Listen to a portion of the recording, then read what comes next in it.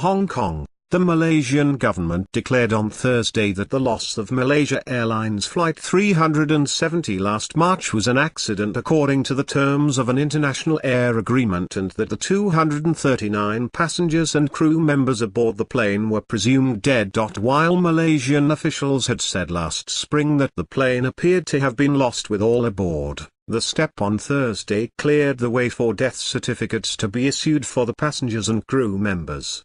It also makes it quicker and easier for Malaysia Airlines and its insurers to pay compensation to the next of kin, although litigation over the amount could continue for years. But the official declaration did nothing to clear up the mystery of what happened to the plane. The Australian government, which is coordinating a search by 4 vessels of the sea floor in the southern Indian Ocean, said that efforts to find debris from the crash would continue. Australia, Malaysia and China remain committed to the search, the Australian government said in a statement.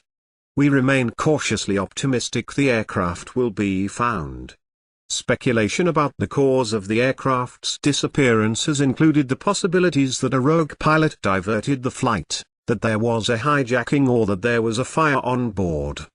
Azharuddin Abdul Rahman, the Director General of Malaysia's Department of Civil Aviation, cautioned that without the flight recorders, there is no evidence to substantiate any speculations as to the cause of the accident. Flight 370 disappeared March 8 during what was supposed to be a routine, 6-hour flight to Beijing from Kuala Lumpur, the Malaysian capital. But the plane, a Boeing 777, mysteriously did a U-turn, and its main communications systems were disabled as it reached an area over the Gulf of Thailand where the pilots should have been changing from Malaysian to Vietnamese air traffic control.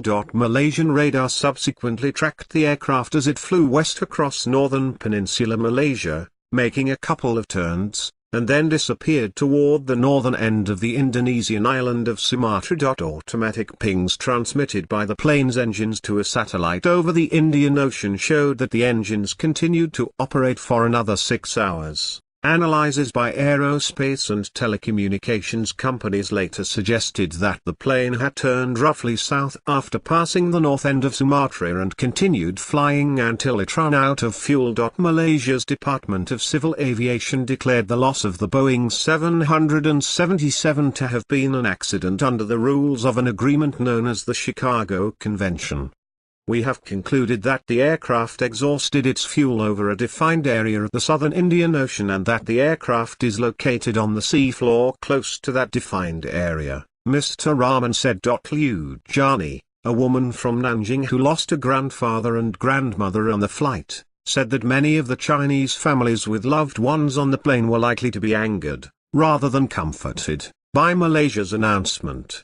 Many relatives continue to be skeptical about the authorities' account of the plane's disappearance and of the efforts made to find it. This announcement is meaningless, Ms. Liu said in a telephone interview. It will only make the families angry. It won't make us sit down and talk about compensation. She said she was virtually certain that Malaysia was hiding information about the plane, an accusation strenuously denied by Malaysian officials. We don't believe we should be discussing compensation if you don't first reveal the truth, she added. In a symptom of the sensitivities surrounding the missing plane, the Chinese Ministry of Foreign Affairs issued a long response to the Malaysian government's announcement. In it, a spokeswoman for the ministry, Hua Chunying, asked the Chinese families of lost passengers to believe that the party and the government have always been worried and concerned for everyone, and have always been alongside everyone.